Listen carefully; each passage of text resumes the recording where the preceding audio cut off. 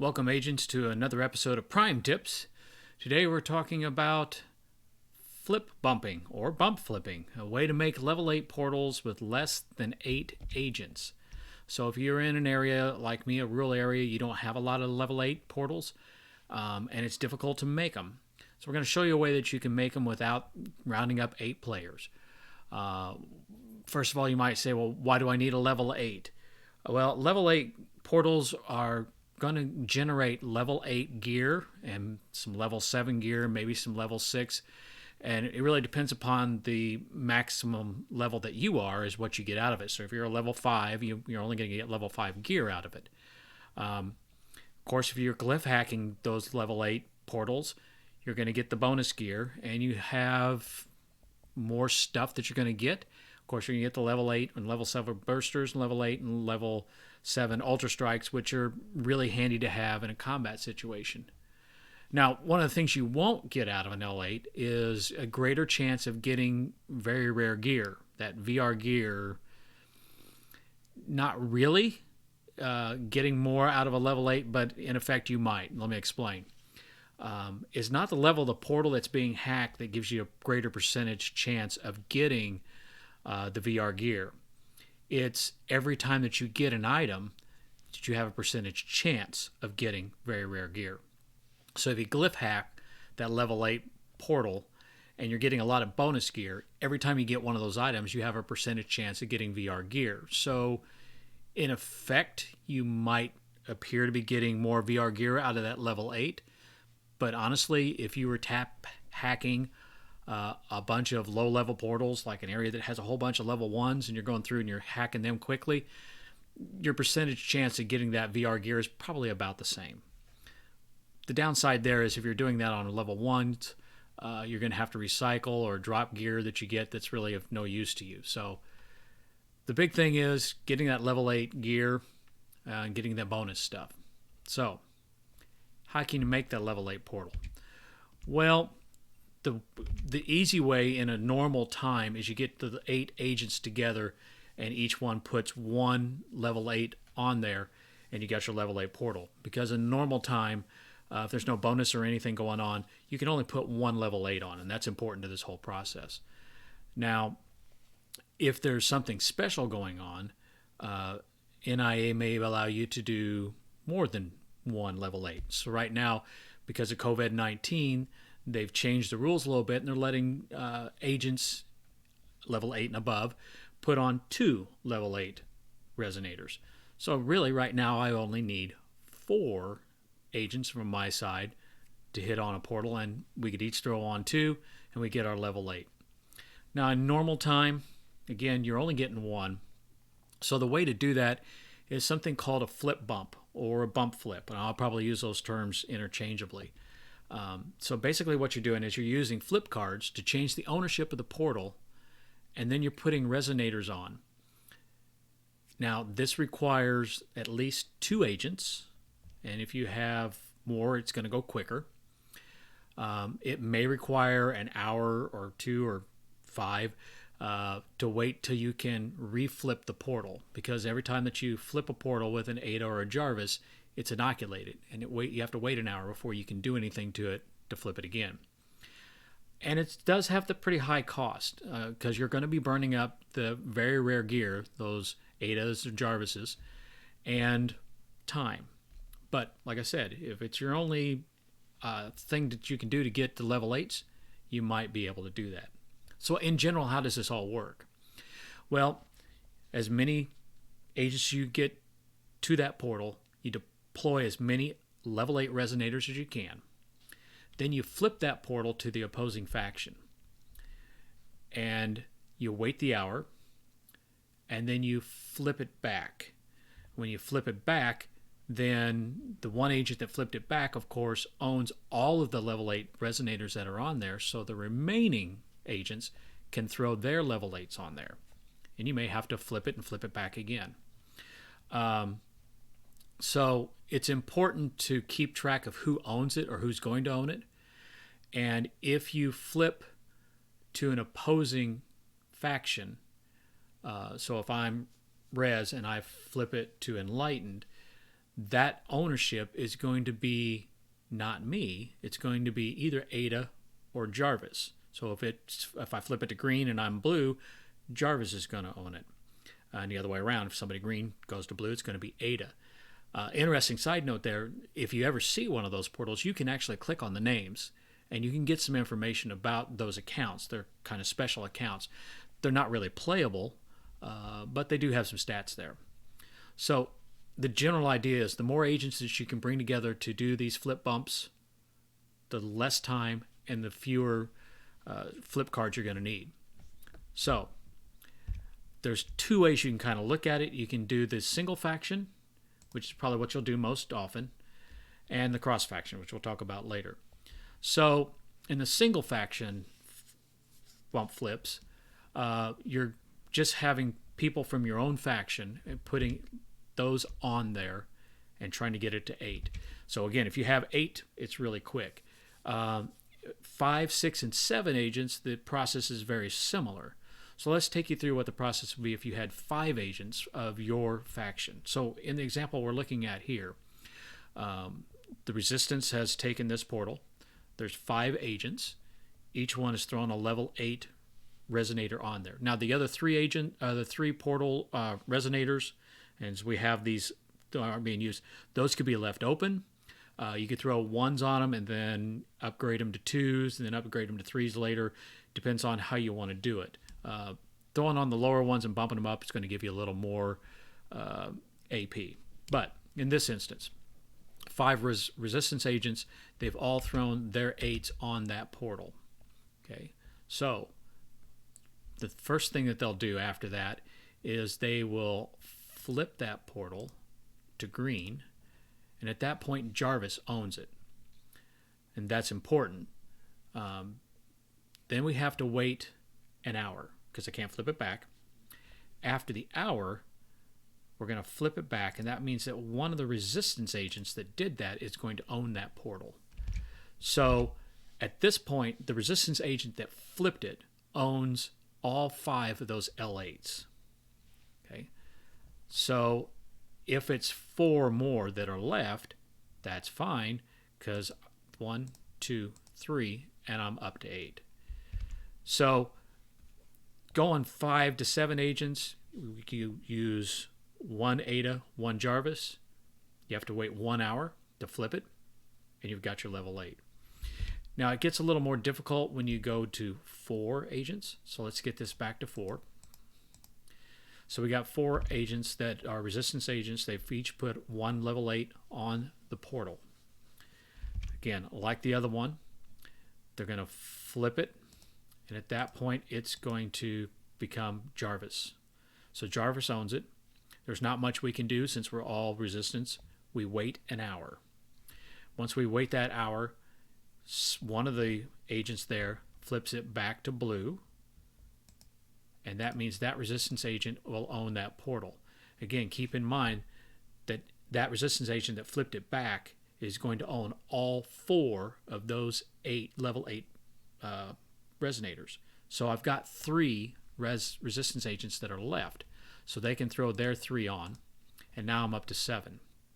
Again, I'd have to wait an hour. Wait that hour, somebody flips it to green, and it becomes the ownership of Jarvis.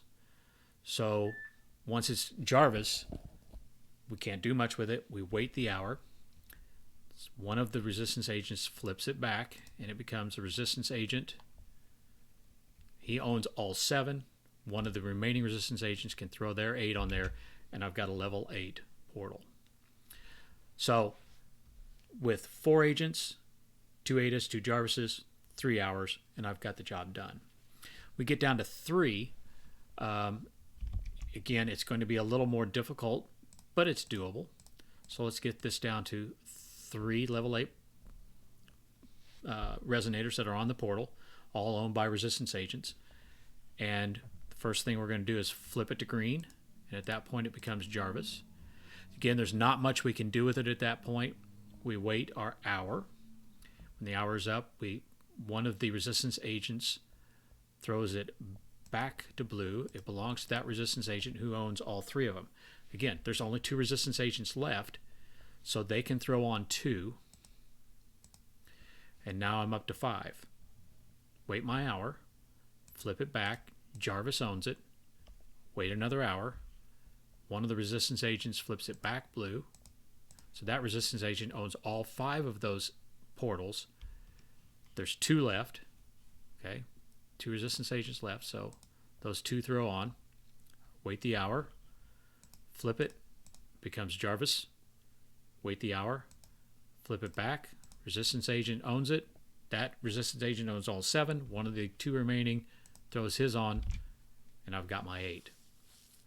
So a little more expensive, 3 Adas, 3 Jarvis, takes a little more time, 5 hours. So now I get to the single faction, 2 agents.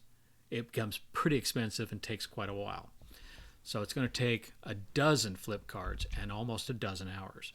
So let's look at how that works. So we'll get her down to, again, we start with 2 because they can throw them on to start with. And then flip it green, Jarvis owns it. I have to wait an hour. Then I can flip it back. One of the 2 resistance agents owns it. So he owns those 2 that are on it. The other agent can throw 1 on. Wait an hour. Flip it back. Jarvis owns it. Wait an hour. Flip it back to blue. One of the resistance agents owns it. The other one throws on. Wait an hour. Flip it back to green. That means Jarvis owns it. Wait an hour. One flips it back. That means one of the resistance agents owns it. The other one throws 1 on. Wait an hour. Flip it green. Again, it goes back to Jarvis. Wait the hour. Flip it blue. The resistance agent owns it. The other one throws 1 on. This takes quite a while. And back to green. That means Jarvis owns it. Wait an hour. Back to blue. The resistance agent owns it. Throw another 1 on. Wait an hour. Back to green. Jarvis owns it. Wait an hour. Back to blue. Resistance agent owns it. And then I throw my last 1 on. So it takes quite a while to do that. But it's possible. It can be done. Now, one of the other things you might want to think about while you're doing that is what kind of mods that you have on that portal. If you're wanting to use the portal for like hacking, you probably want some good hacking mods on there. One of the things you can do, of course, is as you flip it and flip it back, the agent that flipped it back is going to own all the mods. So the other agents could throw those mods on there to get it with 2 heat sinks and 2 multis, or very rares, whatever you want to do.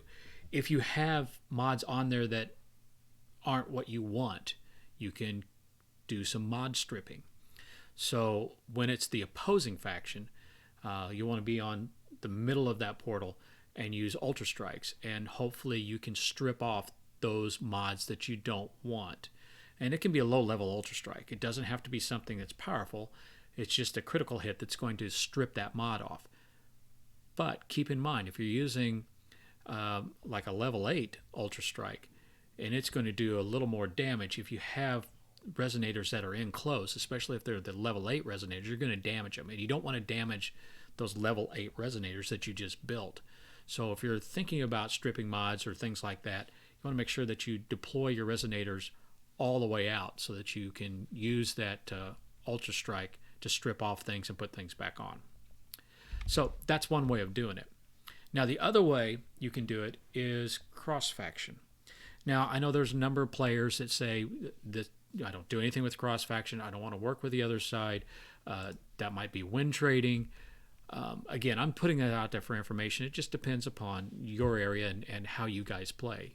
If you don't have a problem with a cross-faction farm, this is one way that, with a fewer agents, you can build that cross-faction farm over time. Again, it's going to cost you in time, and it's going to cost you in flip cards. So the basic is if you have 4 of each team, say you got 4 resistance, 4 enlightened, you only need 1 flip and no time. So the resistance throws on 4, flips it to green, the enlightened comes in, throws on 4, you got your 8. In the end, it is an enlightened level 8 portal. And you can flip it back or whatever you need to do. And there's all kinds of combinations that you can do to make this work. Let's look at a couple different ones. Let's look at 3 resistance players and 2 enlightened. So in that case, I would start with just 3. So the resistance have taken the portal. They've thrown 3 level 8s on it.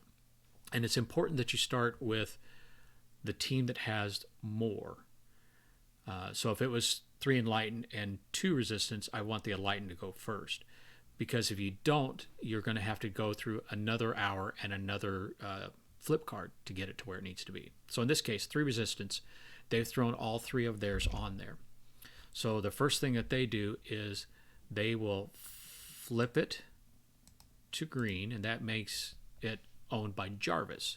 Since Jarvis owns it, the other 2 enlightened players there can throw both of theirs on. If it was an enlightened that flipped it, one of them would own it, and then they would own all the 8s. Then, you could only get 1 more on. So that's important. So they throw their 2 on. You have to wait an hour, and then one of the enlightened agents will flip it blue, and at this point it belongs to Ada. So since it belongs to Ada, all 3 of the resistance agents that are left can throw theirs on, and you got it.